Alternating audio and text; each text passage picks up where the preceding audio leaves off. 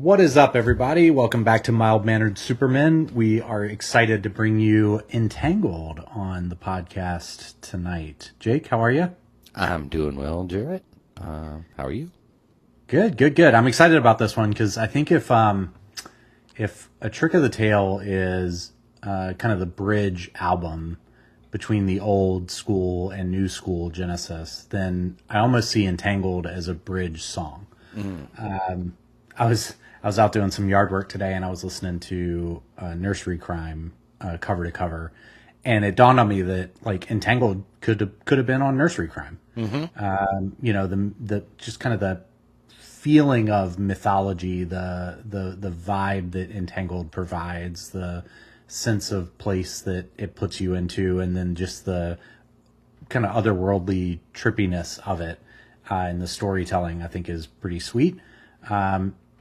Yeah, hey, if you guys are just joining the podcast for the first time, like I'm Jarrett, this is my brother Jake. We're just two brothers who we live really far apart.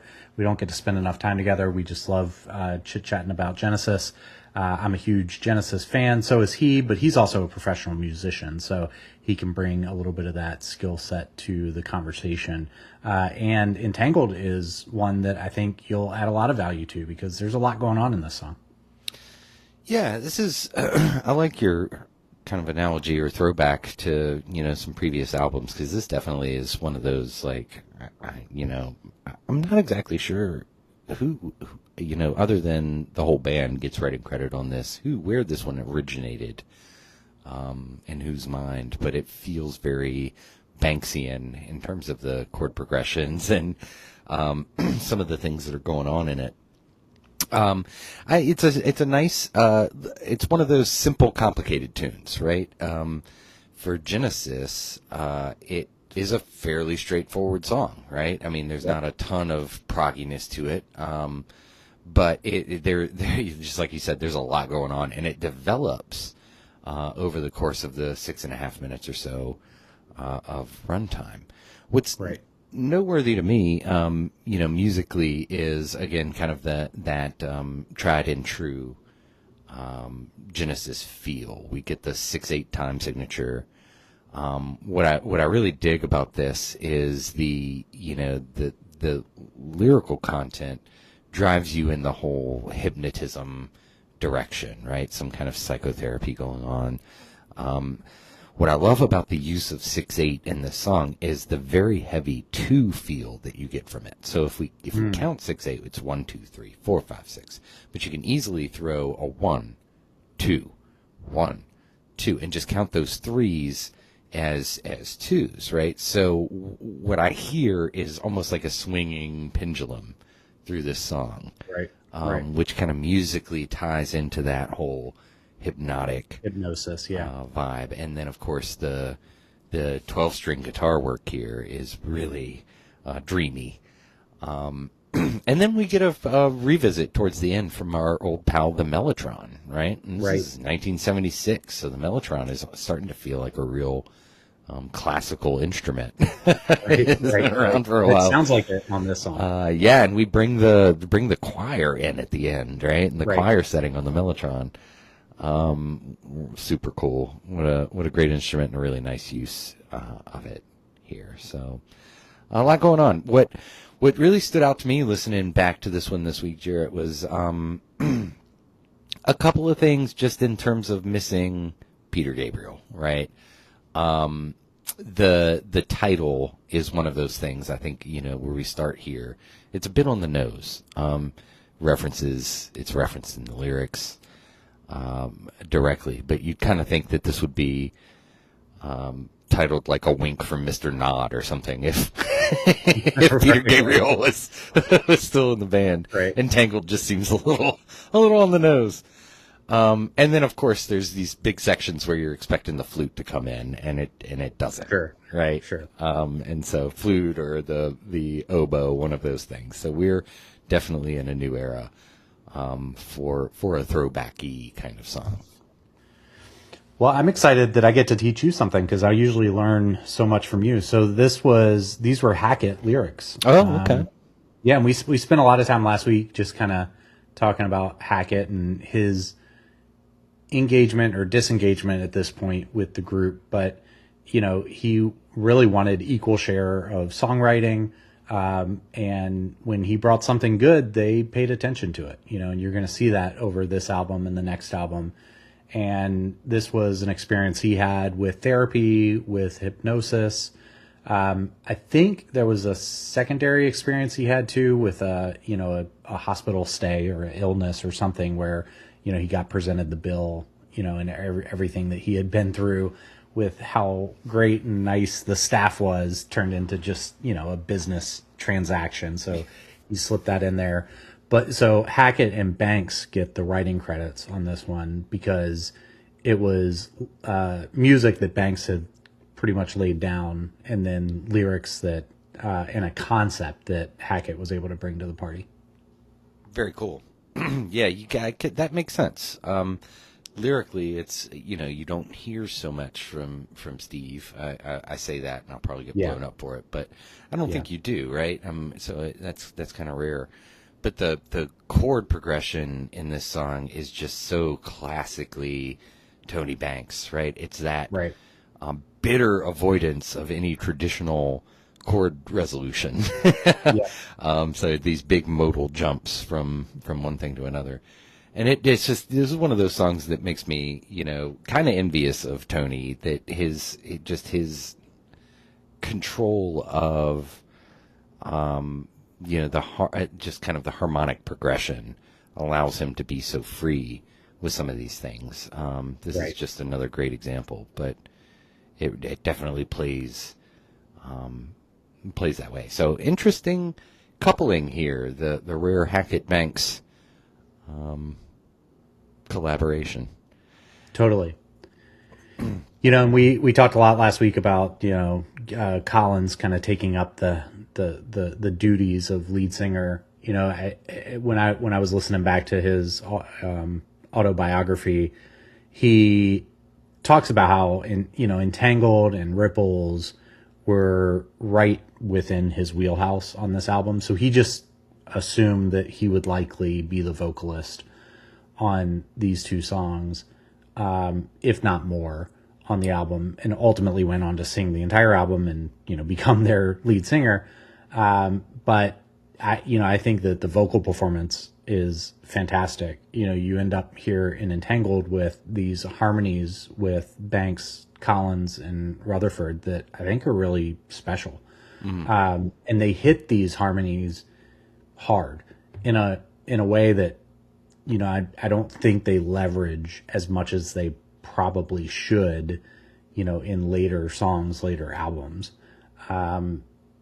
So anyway, I just think this is a really unique example of what they're able to do together, and some power between the four of them, with Hackett bringing the concept and then these beautiful chords and beautiful harmonies that are put together on Entangled. That's an interesting observation on the vocals, because to me, this is a nice just kind of picking up of the torch, right? And this album, just generally speaking, feels like a Peter Gabriel 1.2 or 1.1, right? That we're trying to replace Peter as opposed to move on from Peter, right? And change the sound. And maybe that's part of the strategy, right? We certainly know, with hindsight being 2020, that whatever they're going to do is going to work, right? They're going to become crazy successful in the late 70s and 80s. So the formula works for them. But you're right. They don't lean into the vocals and the tight harmonies moving forward like they have in the past, right? And I wonder if that's a matter of just kind of the fresh blood. But you definitely hear that when you listen to or read Phil's books, or whenever he's kind of talking about this component, that what they're looking for is a singer who can replace Peter Gabriel, right? As opposed to a singer who's going to move the band forward or in a new direction or any of those things. Yeah. He comments in the '76 tour when he took up the reins. People would come backstage after the show and be like, "Oh, that was great! You sounded just like Peter." Yeah. and he says, he's like, I'm not sure if I should take that as a compliment, just being his typical, comical self. I think obviously it's a compliment.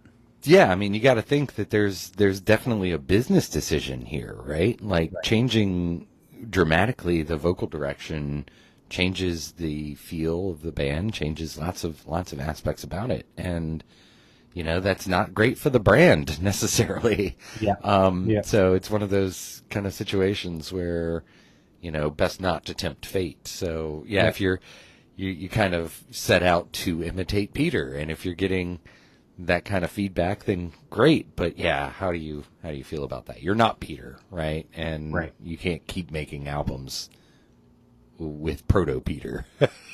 Right.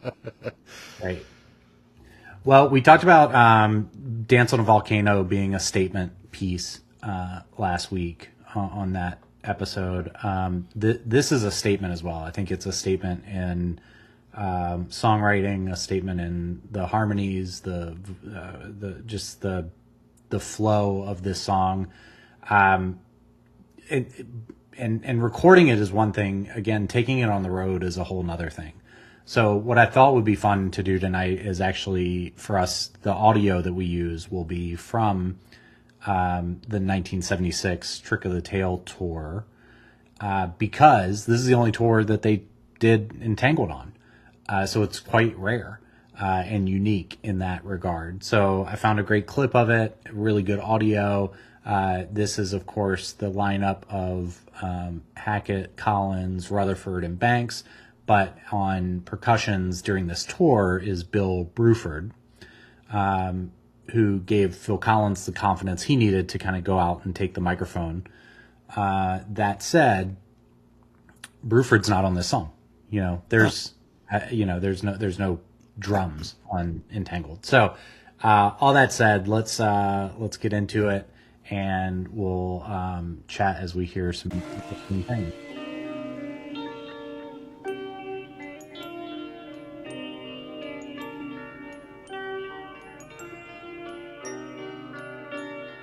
When you're asleep, they may show aerial views of the ground. Freudian slumber, empty of sound.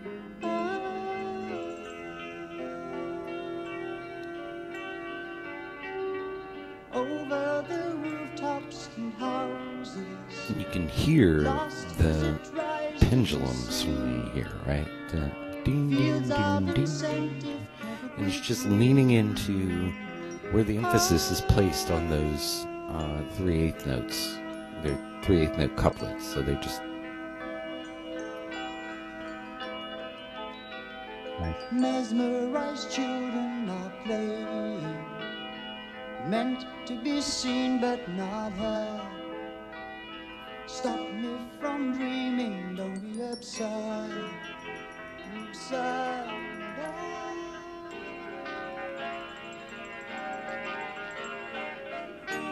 think there's a little Bruford there on like some of the little cymbal percussion thing. Yeah, there's definitely percussion in this. So.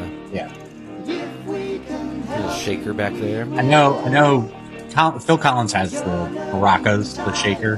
He's holding those as he's singing. And then everybody else has a guitar. Sounds like the bass pedals are in full effect here as well. Yeah. Won't you allow yourself fall? Nothing can hurt you at all. With your consent, we can experiment further still. And I looked as hard as I could. I don't think Hackett is providing those harmonies. I think it's just Rutherford, Collins, and Banks. If I'm wrong on that, somebody can call me out. But Magical music is playing. Voice voices can faintly be heard. Please leave this patient undisturbed.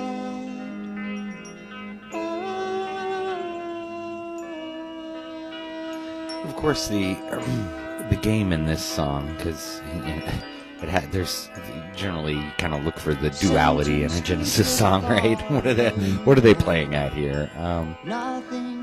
To me, it's the unknown nature of this patient's predicament, right? Is this an illness that's being treated, or an experiment that's being executed, or a manipulation underway in some form or another? I feel that the joke is revealed in the last line, ultimately, that it's a treatment, right? But how effective it is questionable. But you still got to pay for it. Right. And that's probably anybody who's dealt with the American medical system feels some relationship to that last line there. The whole idea that, with your consent, we'll just keep looking for an answer. I like some of the lyrical tricks that they do here too. There's a line in here that sounds like Yoda, years before Yoda was even on screen. I think they say, "Sleep, won't you allow yourself fall?"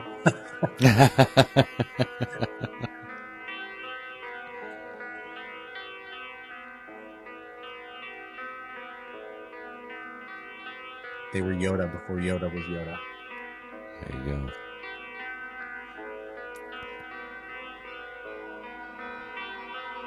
Now we get into the dream sequence here, right? And welcome our old friend, the Mellotron.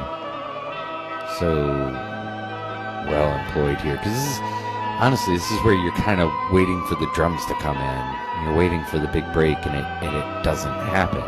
But what you get is this kind of intense harmonic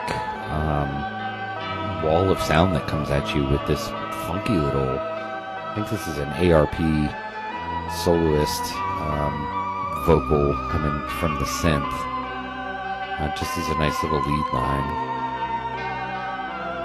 And it's not radical, right? He doesn't get wild with it. It's just very, very lyrical and dreamy.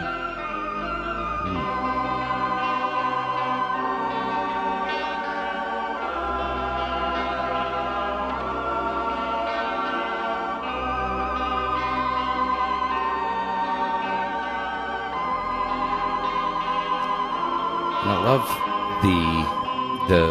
again, I can't leave the Mellotron alone, right? I know we were talking before we hit record here, and just a reminder how the Mellotron works. It's a tape reel machine, so it's actually electroacoustic and has a mechanical aspect to it. So I guess that's probably electromechanically acoustic or electromechanic acoustic. So what happens is when you press a key, the key triggers a tape reel to play based on settings that you have programmed in. Now, pitch and things like that can be controlled by speeding up the tape or slowing it down. So what we're hearing here is a tape of an actual chorus, being played back on an electric tape based on pitch of the key that's being selected. The same thing would apply for the strings, the horns, that sort of thing that they would have baked into the Mellotron. So kind of a neat little system. But that's actually it's a real choir, just in tape form, being played by Tony Banks. Yeah, I'm still fascinated by that. I mean, I feel like the choir comes through a little bit harder on the studio recording than it did in that live version. You can pick up on it on the live version, but I think you get a little more of that, I want to say ARP in the live version. that choir makes a second appearance on this album as towards the end of Los Endos, which I find just really fun. That they tie together so many elements of the album with the final song on the album, which we'll cover here. But that in these choirs, I feel like that sound of the choir was so prominent in the 70s, almost like it's almost like a male choir, and you hear these deeper voices. You hear it through Pink Floyd's Adam Hart Mother. You hear it on Alan Parsons' project, I, Robot. I feel like it's a very relevant sound for this time period. And just the fact that it was done on a Mellotron, I think is pretty fascinating to me. It absolutely is. It's iconic even, right? And the Mellotron, it's not a new instrument at this point. No, kind of pointing that out, right? It comes from the early 60s. It's based again on so really some legacy analog technology here. We just have tape reels that are played back mechanically, just like your tape recorder back in the 80s would have done. But these reels are loops, right? So as you press and hold the key, it just loops that sound. The Mellotron went through a number of different versions, but I'm pretty sure that the one that Genesis is using, or the several that they're using, are in the Mark II, Mark III range. They're classic Mellotrons, right? So they're not upgrading these things. But the deal with the Mellotron, much like your Hammond organ, if you're recording with it, if you're bringing it on tour, it's going to show up in a couple of songs because these bastards are heavy, right? Yeah. It is a big piece of equipment that takes a lot to haul around, and that's part of the equation. If you hack out space for it on your stage setup, then you're probably gonna come around to it, a couple of times just because it's there, right? And it's taking the place of other things. We're so fortunate in the 21st century we have these laptops and we can just bring all of our sounds with us, right? And in your bag. I imagine Banks probably needed a semi truck just for his setup. I bet. Now, is the Mellotron preloaded? Like the tape that's in there, is it one sound? Like, all right, I've got the choir sound in there now, or is it more versatile than that? No, it's selectable.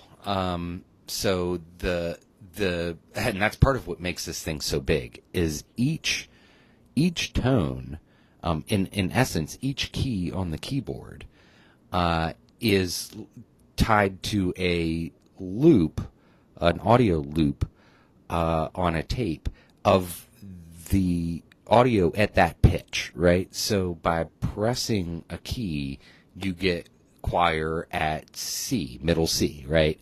The next key up is choir at D, and that's another tape loop.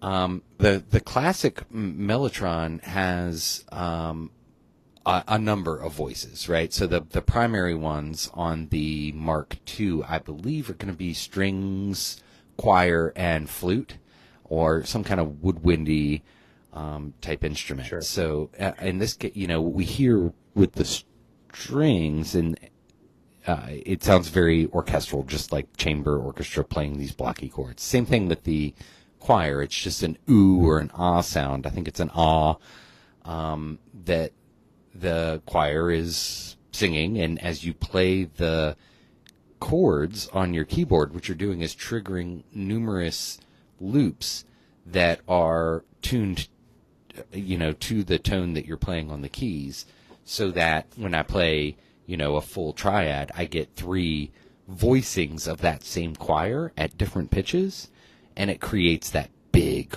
choir sound.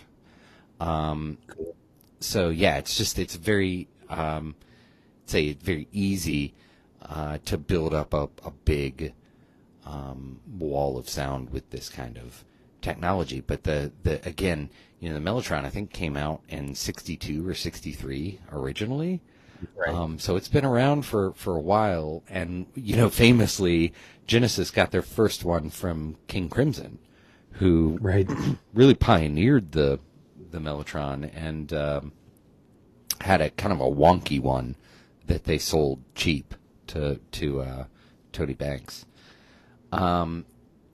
But yeah, super fun instrument, really versatile, and it's really part of this early Genesis DNA, right? And so it's neat to see it come back out. Almost, I would say, almost nostalgic, right? To have it come out Right. in this song or on this album, particularly when they're searching for, or trying to cling to those roots with the departure of Peter. So really neat observation there. Well, and speaking of early DNA, the 12 string.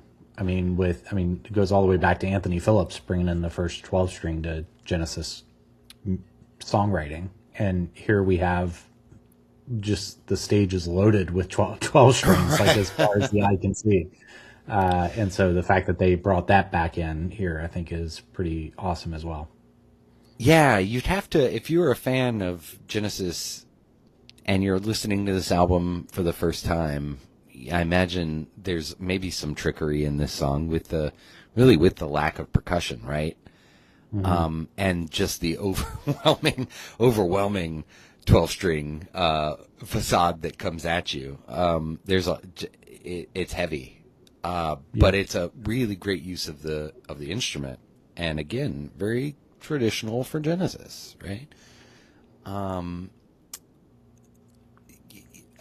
So you'd have to kind of say, okay, well, you've got Phil Collins is out here singing, and there's no drums in this song, and it's a so what are we going to get into as we kind of continue down this album? It'd be fun, right? After Dancing on a Volcano, you get this song that is completely opposite. It's the energy is shifted in a completely different direction, and it hits directly on one of those questions that any Genesis fan of the era was going to have, which is, what are they going to sound like, right? With the drummer as the front man.